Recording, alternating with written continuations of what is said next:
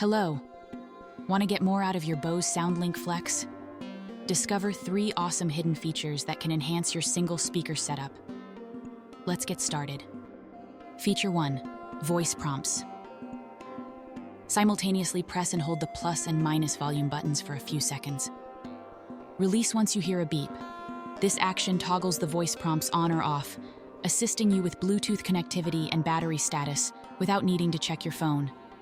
For instance, push the power button for 3 to 4 seconds to hear the battery status. Voice prompts might be also helpful if you need to repair your device via Bluetooth. Feature 2. Auto Off Timer. Open the Bose Connect app while connected to your speaker. Find the Settings menu, then select Auto Off. Timer. Adjust the timer setting to automatically turn off your speaker after a period of inactivity, saving battery life when not in use. Feature 3. Multi-point technology. Connect 2 devices to your Bose SoundLink Flex simultaneously via Bluetooth. This feature allows you to switch between 2 devices seamlessly.